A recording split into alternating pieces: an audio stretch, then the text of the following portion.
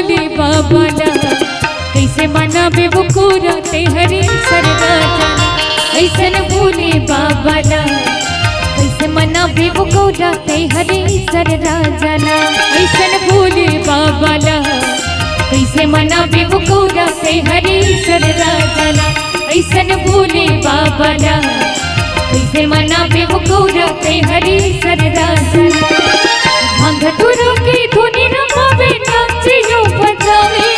भांग तुरो की धुनी रमावे नाचे यो बजावे। डम डम डमरू बजाना कैसे मनाबे बुकुरा ते हरे सरदा जाना। ऐसन भोले बाबा ला कैसे मनाबे बुकुरा ते हरे सरदा जाना।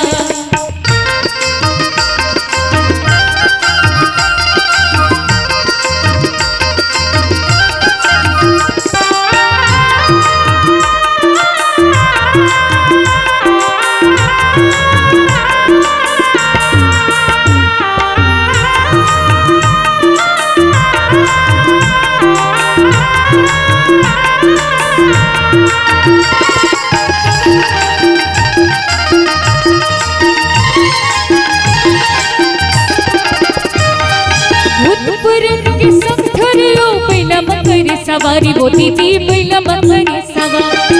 भूत प्रेत के संग धरियो पहिला मकर सवारी होती थी पहिला मकर सवारी। भूत प्रेत के संग धरियो पहिला मकर सवारी होती थी पहिला मकर सवारी। भूत प्रेत के संग धरियो पहिला मकर सवारी होती थी पहिला मकर सवारी। देवारे राग भूखे मन खट्टे पहिया बनते पुराने। देवारे राग भूखे मन खट्टे पहिया बनते पुराने। ऐसन भोले बाबा ला कैसे मनाबे बुकुरा ते हरे सरदा जाना। ऐसन भोले बाबा ला कैसे मनाबे बुकुरा ते हरे सरदा जाना।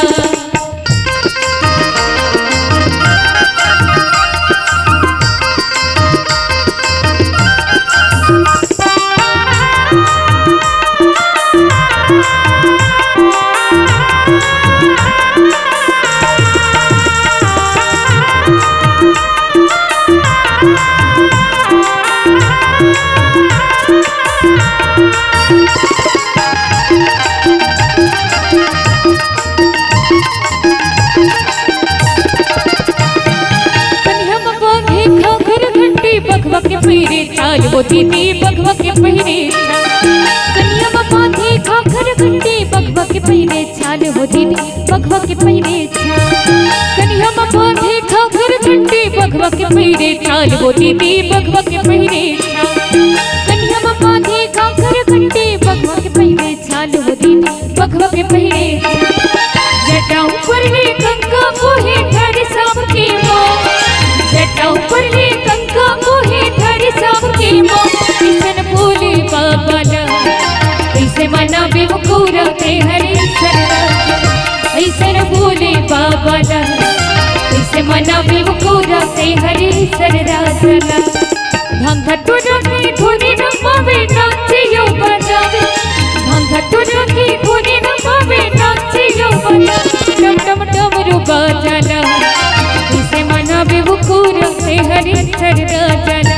ऐसन भोले बाबा ला कैसे मनाबे बुकुरा ते हरे सरदा जाना। ऐसन भोले बाबा ला कैसे मनाबे बुकुरा ते हरे सरदा जाना। ऐसन भोले